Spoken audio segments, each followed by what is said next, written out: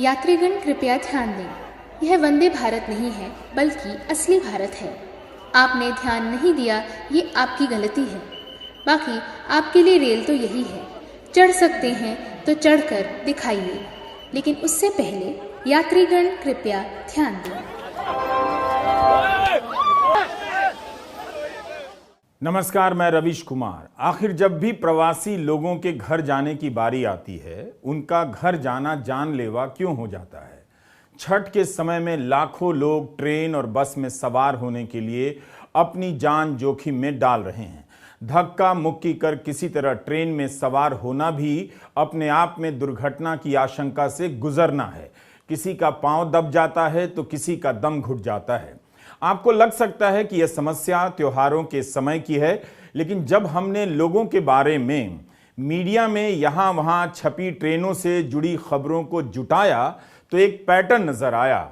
आम लोगों की ट्रेनें कम होती जा रही हैं, उनकी ट्रेनें रद्द भी होने लगी हैं और उनकी ट्रेनों में जनरल और स्लीपर कोच की संख्या भी घटने लगी है। हमारे आज के वीडियो में हम उन सभी खबरों को एक साथ जोड़कर देखेंगे जिन पर आपकी नजर अक्सर नहीं पड़ती है। देश के अलग अलग राज्यों में प्रवासी लोग सारा साल काम करते हैं, अपने घर से दूर रहते हैं।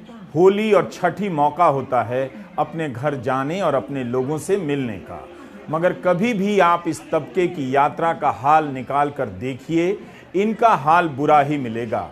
किसी तरह ठेल ठेलाकर यात्राएं करने वाले ये वही प्रवासी हैं जो कोविड के दौरान पैदल चलकर अपने गांवों की तरफ निकल पड़े।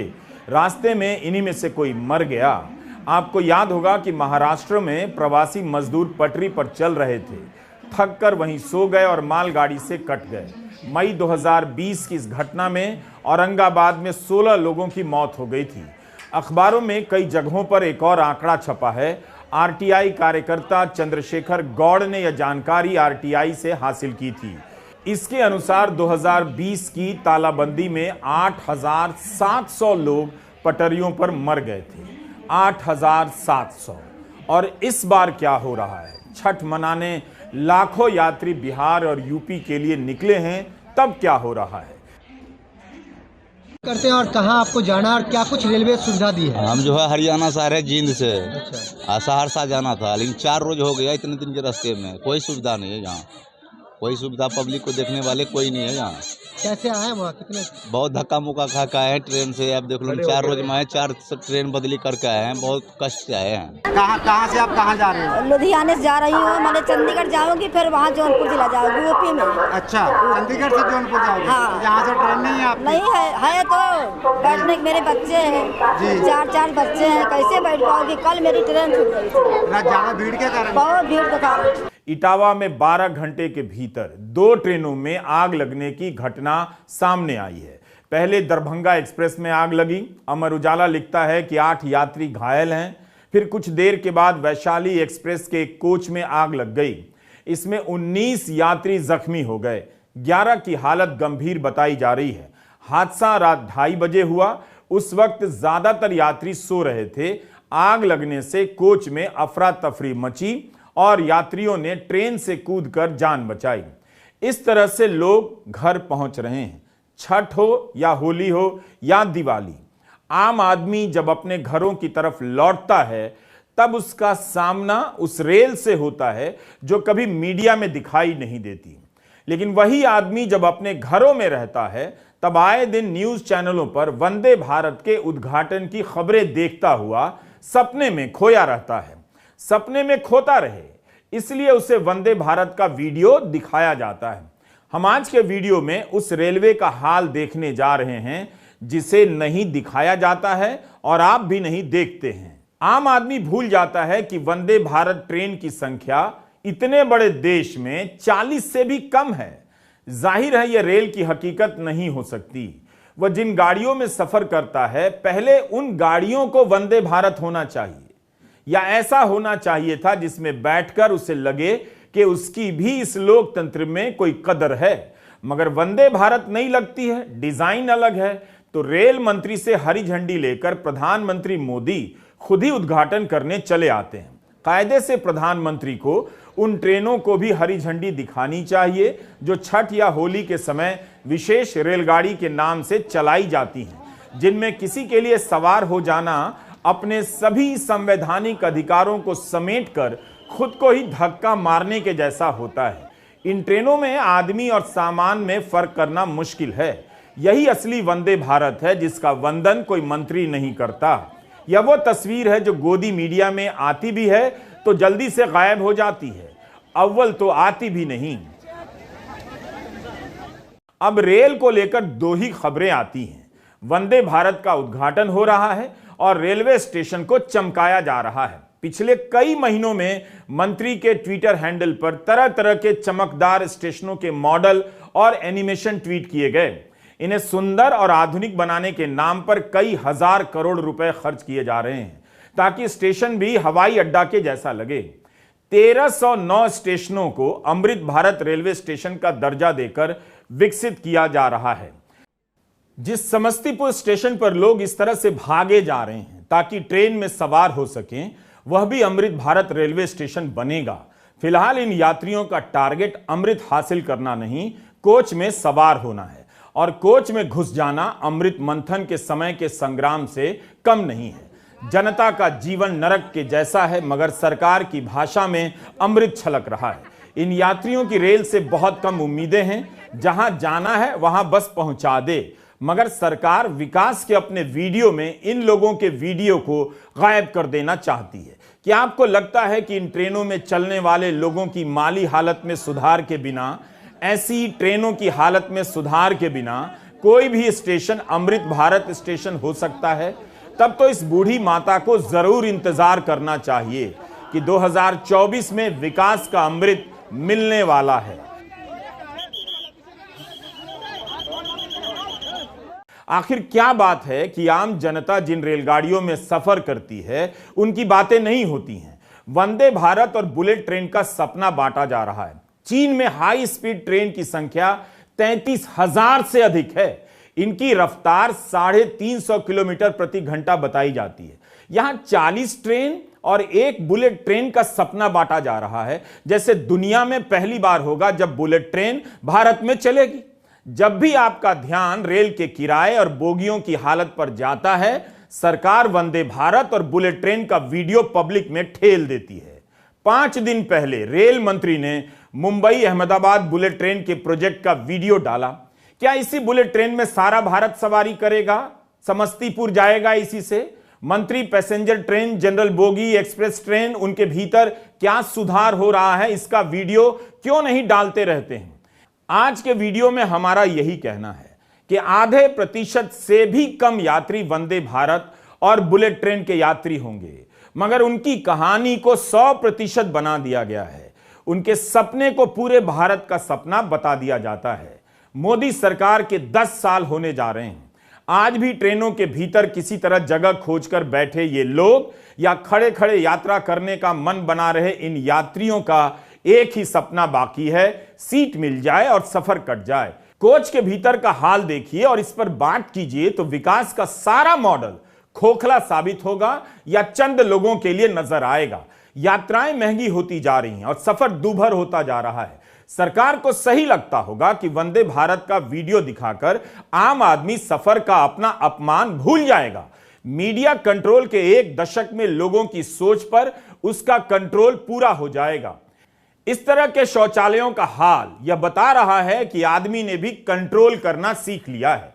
कंट्रोल के अलावा दूसरा रास्ता नहीं, या फिर आप पूरी कहानी नहीं जानते। आम यात्री अब अपने सवालों को कंट्रोल कर लेता है, उसके बयानों में वह धार भी नजर नहीं आती, वह थक चुका है।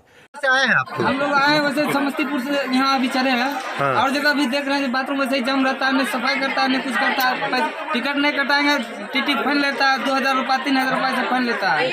और देखते हैं यहाँ बोलते हैं सफाई भी करवाने के लिए, तो उसमें भी नहीं सुनता है। जयपुर से आए हैं। जयपुर से भीड़ बहुत होने के कारण जयपुर से लखनऊ आए, लखनऊ से फिर बरौनी लखनऊ गाड़ी पकड़ी, बहुत भीड़, वहाँ भी बहुत भीड़ था, काफ़ी परेशानी हुआ आने में वहाँ से। और लास्ट में पानी की भी सुविधा ट्रेन में जो है, बाथरूम में आए पानी वैसे गंदा पड़ा हुआ था, पानी भी सही से नहीं हो रहा था। क्या कुछ है, क्या है? बैठे हुए हैं, सामान वामान रखे हुए हैं। अच्छा, जगह नहीं है, जगह नहीं है। नहीं, बहुत भीड़ है।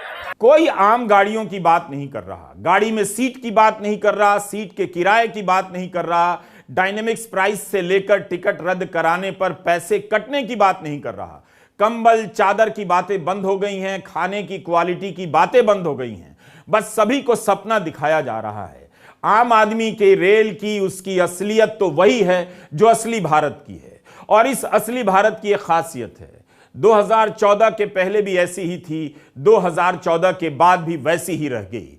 लुधियाना स्टेशन से आए इन वीडियो को हम बार बार देखते रहे, यह समझने के लिए कि दरवाजा छोटा है या ट्रेनें कम हैं, आदमी कम है या उसका सामान ज्यादा है। पहले सामान को जाना चाहिए या इंसान को। इंसान जिसका नाम यहां यात्री है, उसे किस बात पर ध्यान देना चाहिए। इसी आम आदमी की पूछ उस समय कितनी बढ़ जाती है जब वोट के लिए इसे मुफ्त का सिलेंडर, मुफ्त का अनाज और पंखा दिया जाता है। मगर जब यही यात्राओं पर निकलता है, जीवन उसके बस के बाहर हो जाता है। मोदी सरकार के 10 साल के दौरान पिछली सरकारों के समय से चली आ रही यही हकीकत क्यों नहीं बदली? मीडिया कॉन्क्लेव में जब रेल मंत्री को ब्रिलियंट और स्मार्ट बताकर पेश किया जाता है, तब वहां गाड़ियों के ऐसे वीडियो क्यों नहीं चलाए जाते? वंदे भारत के ही क्यों चलाए जाते हैं? क्यों? ताकि सब कुछ स्मार्ट लगे। आम आदमी को यहां धक्का खाने के लिए छोड़ दिया गया है, और हजारों ट्रेन की हकीकत छोड़कर 40 से भी कम वंदे भारत को भारतीय रेल का चेहरा बना दिया गया है। सूरत में काम करने वाले लोग किस हाल में यूपी और बिहार पहुंचे होंगे, वह मीडिया में दर्ज नहीं। 11 नवंबर को सूरत स्टेशन पर काफी संख्या में लोग पहुंचे। इस वजह से वहां भगदड़ मची और उसमें 4 लोग घायल हो गए। छपरा के वीरेंद्र सिंह की दम घुटने से मौत हो गई। वीरेंद्र सिंह सूरत स्टेशन पर ट्रेन पकड़ने गए थे, वहां भगदड़ मची। चुनाव का समय होता तो वीरेंद्र सिंह के परिवार से मिलने मोदी सरकार के रेल मंत्री जरूर उनके घर जाते। इस हाल में सूरत में लोग ट्रेनों में सवार हो रहे थे। छठ पर घर जाने के जुनून में वे भूल गए कि प्रधानमंत्री जिस वंदे भारत को हरी झंडी दिखा रहे थे, वह तो उनके लिए है भी नहीं, और उसकी संख्या तो 40 से भी कम है। मीडिया रिपोर्ट के अनुसार सूरत से बिहार और यूपी जाने वाली सारी ट्रेनें फुल हो गई थी। प्रतीक्षा सूची 300 से भी अधिक पार कर गई। किसी तरह घर जाना है, इसलिए जान जोखिम में डाल देना है। लोग ट्रेन में घुसने की कोशिश करने लगे। जिनके पास आरक्षण नहीं था वह भी सवार होने लगे कि किसी तरह घर पहुंच जाएं। इस धक्का मुक्की में किसी का सामान कहीं छूटा तो कोई गाड़ी में सवार ही नहीं हो पाया। जनरल डिब्बों और स्लीपर में फर्क करना मुश्किल है। भास्कर ने लिखा है कि केवल रेलवे स्टेशन पर नहीं, बस स्टैंड पर भी भारी भीड़ रहने लगी है। यात्रियों के अनुपात में ट्रेनें बहुत कम हैं। हो सकता है कि सूरत से चलने वाली ट्रेनों की संख्या कम हो, लेकिन क्या यूपी के प्रयागराज में ट्रेनों की संख्या भी कम है? यह खबर दिवाली के समय की है। भास्कर ने लिखा है कि 72 सीटों वाली बोगी में घुस गए 400 पैसेंजर। प्रयागराज में दिवाली पर घर जा रहे लोग, ट्रेन और बसों में नहीं मिल रही है जगह। इसलिए हम कहते हैं कि वंदे भारत भारतीय रेल का बड़ा चेहरा नहीं है।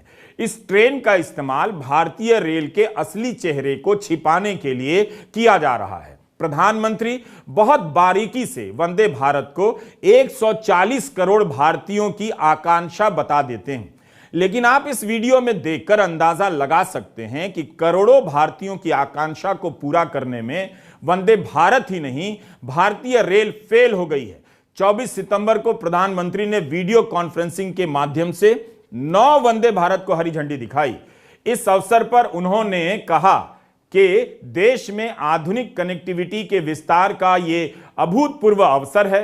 इंफ्रास्ट्रक्चर विकास की ये स्पीड और स्केल 140 करोड़ भारतीयों की आकांक्षाओं से बिल्कुल मैच कर रही है, और यही तो आज का भारत चाहता है। यही तो नए भारत के युवाओं, उद्यमियों, महिलाओं, प्रोफेशनल्स, कारोबारियों, नौकरी पेशा से जुड़े लोगों की एस्पिरेशंस हैं। वंदे भारत का किराया काफी महंगा है, उसी ट्रैक पर चलने वाली सुपर फास्ट ट्रेनों से ज्यादा। जाहिर है यह ट्रेन पैसे वालों के लिए है, और इस देश में पैसे वाले केवल 1% हैं। बाकी लोग तो महीने का 25,000 भी नहीं कमाते हैं। तो वंदे भारत 140 करोड़ लोगों की आकांक्षा कैसे हो सकती है? क्या राजधानी शताब्दी 140 करोड़ लोगों की आकांक्षा बन सकी? क्या उन्हीं ट्रेनों को इन 10 सालों में 140 करोड़ लोगों की आकांक्षा बना दिया गया? जब आज तक नहीं बन सकी ये ट्रेनें, तो वंदे भारत कैसे बन जाएगी और कब तक बनेगी? टाइम्स ऑफ इंडिया के अतुल ठाकुर की यह रिपोर्ट है जो 15 नवंबर को छपी है। लिखा है कि पिछले साल 47.6 किलोमीटर प्रति घंटा की रफ्तार से चलने वाली पैसेंजर ट्रेन इस साल अप्रैल से सितंबर के बीच 42.3 किलोमीटर प्रति घंटा की रफ्तार से चली हैं, धीमी हो गई। उत्तर रेलवे में पिछले साल के मुकाबले पैसेंजर ट्रेन की औसत रफ्तार में 4.9 किलोमीटर प्रति घंटा की गिरावट देखी गई। मालगाड़ी की रफ्तार भी कम हुई। पिछले साल अप्रैल सितंबर के बीच मालगाड़ियों की औसत रफ्तार 31.7 किलोमीटर प्रति घंटा थी। इस साल यह घटकर 25.8 किलोमीटर रह गई है। यह खबर न्यू इंडियन एक्सप्रेस की है। 30 सितंबर 2023 को बी अनबुसेल्वन ने फाइल की है। लिखा है कि जैसे जैसे वंदे भारत चल रही है, सुपर फास्ट धीमी होती जा रही है। नए टाइम टेबल के अनुसार तिरुनेलवेली चेन्नई वंदे भारत एक्सप्रेस के लॉन्च होने के बाद 1 अक्टूबर से चेन्नई मदुरै वैगई एक्सप्रेस का सफर 15 मिनट बढ़ जाएगा, यानी उसकी रफ्तार धीमी हो गई। लोकसभा में विश्वास मत के दौरान एनसीपी की सांसद सुप्रिया सुले ने कहा कि वंदे भारत का वे क्या करें जब उनके संसदीय क्षेत्र से गुजरने वाली लोकल से लेकर पैसेंजर ट्रेन लापता हो गई हैं। उन्होंने कहा कि उनके निर्वाचन क्षेत्र के 3 स्टेशनों पर एक भी गाड़ी नहीं रुकती है।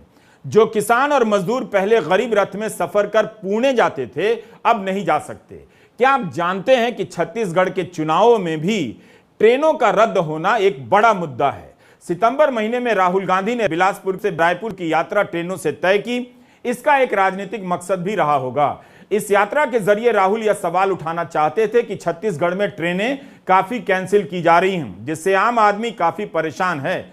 अगस्त 2023 में भूपेश बघेल ने प्रधानमंत्री मोदी को पत्र लिखा था कि रेलवे बिना जानकारी दिए ट्रेनें कैंसिल कर रही है, जिससे छत्तीसगढ़ के यात्रियों को परेशानी हो रही है।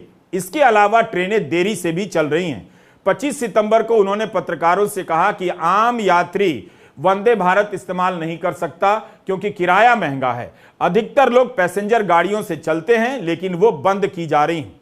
इसी से जुड़ी हिंदू बिजनेस लाइन और बिजनेस स्टैंडर्ड में खबर मिली, इसी साल जुलाई की है। साउथ ईस्ट सेंट्रल जोन में 3 साल के दौरान 67,000 ट्रेनें रद्द या निलंबित हुई हैं। इसी जोन में बिलासपुर, नागपुर, रायपुर डिवीजन आता है। हमने छत्तीसगढ़ के अखबारों में उन खबरों को खोजा जिनका संबंध ट्रेनों के रद्द होने से है। 2 महीने पहले भास्कर की खबर देखी। रेलवे ने 10 ट्रेनों को फिर किया रद्द। 2 अक्टूबर से 20 अक्टूबर तक गाड़ियां प्रभावित। हर सप्ताह 75 से अधिक ट्रेनें हो रही हैं कैंसिल। हर सप्ताह 75 से अधिक ट्रेनें हो रही हैं कैंसिल। दोबारा पढ़ रहा हूं। 3 महीने पहले भास्कर की खबर है कि छत्तीसगढ़ से गुजरने वाली 14 ट्रेनें फिर कैंसिल। 6 से 10 अगस्त तक बिलासपुर, रायगढ़, कोरबा, रायपुर और गोंदिया तक चलने वाली गाड़ियां नहीं चलेंगी। इनके कारण बताए गए। 26 अगस्त को नवभारत टाइम्स ने खबर छापी है कि त्योहारों पर रद्द रहेंगी 21 ट्रेनें। अमर उजाला की 19 सितंबर की खबर है कि छत्तीसगढ़ से होकर गुजरने वाली 37 ट्रेनें रद्द की गईं और कई के रूट बदले गए। एक राज्य में इतनी ट्रेनें रद्द होती रहीं, उसे कितनी आसानी से भुला दिया गया।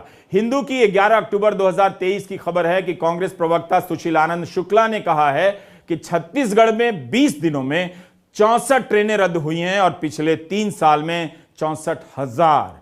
छत्तीसगढ़ में इतनी सारी ट्रेनें क्यों रद्द हो रही हैं? ये सभी ट्रेनें आम लोगों से संबंधित हैं। जबकि बिजनेस स्टैंडर्ड ने लिखा है कि यह सबसे ज्यादा मुनाफा कमाने वाली जोन में से है।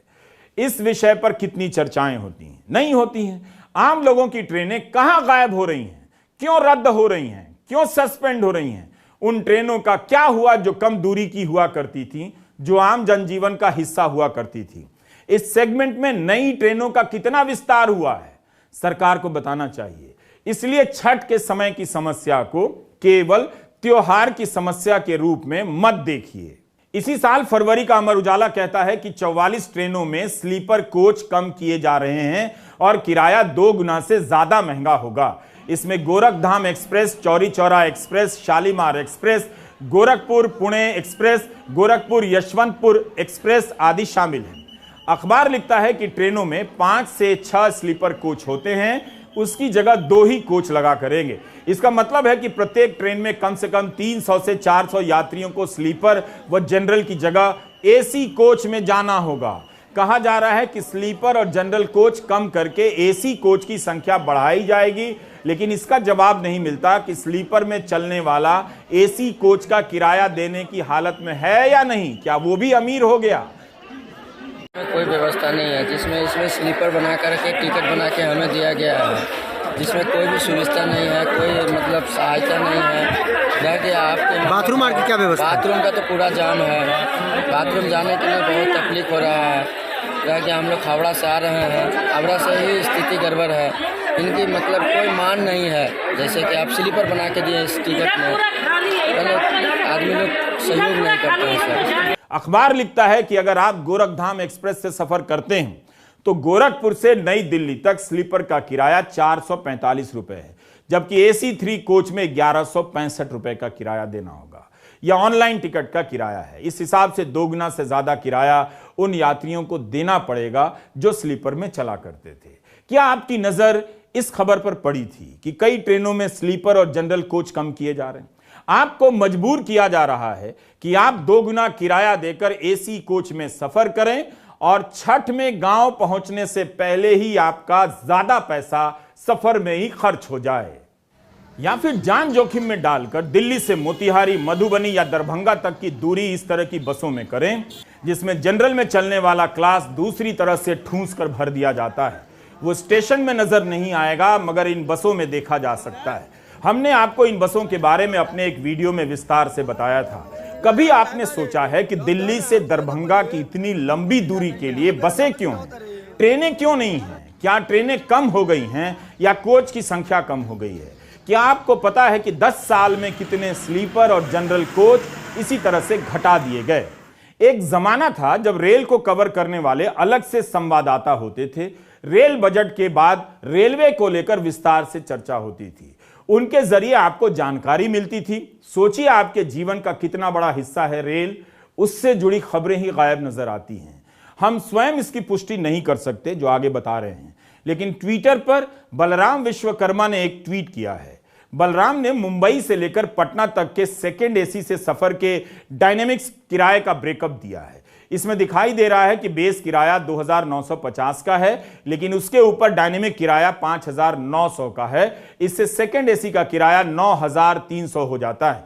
बलराम लिखते हैं कि स्लीपर की कीमत 2625 है, थर्ड इकोनॉमी का किराया 6335 और थर्ड एसी का किराया 6655। क्या यह सरकार प्रो पीपल है? अब आप समझ रहे होंगे कि गोदी मीडिया और वंदे भारत दोनों का एक ही काम है, रेलवे की हकीकत से आपको दूर रखना, उन लोगों की कहानी को टीवी पर नहीं आने देना जो पहले ट्रेन से चला करते थे मगर उनके इलाके की ट्रेन या तो बंद हो गई है या फिर किराया महंगा हो गया है। इन तमाम छपी हुई खबरों से कड़ियों को मिलाते हुए जब आप स्टेशन पहुंचेंगे तो पता चल जाएगा कि स्पेशल ट्रेनों में इतनी भीड़ क्यों है। कंधे पर घर का सामान लादे इनाम लोगों को क्या पता कि पहले से चलने वाली ट्रेनों में कोच घटा दिए गए होंगे या ट्रेनें कम हो गई होंगी।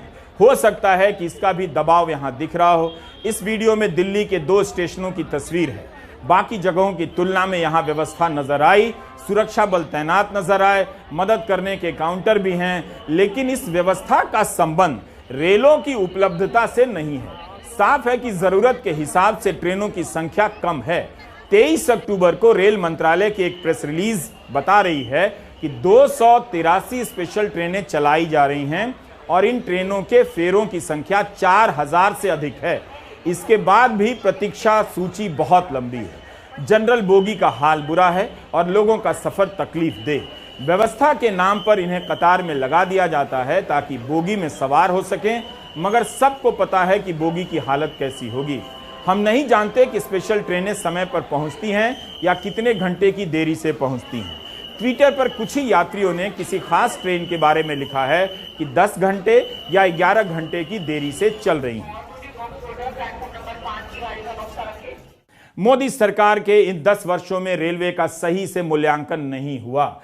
इस साल जून में द हिंदू में मैत्री पोरेचा की एक रिपोर्ट छपी है। 2022-23 में करीब 1,42,000 पैसेंजर ट्रेनें देर से चली हैं।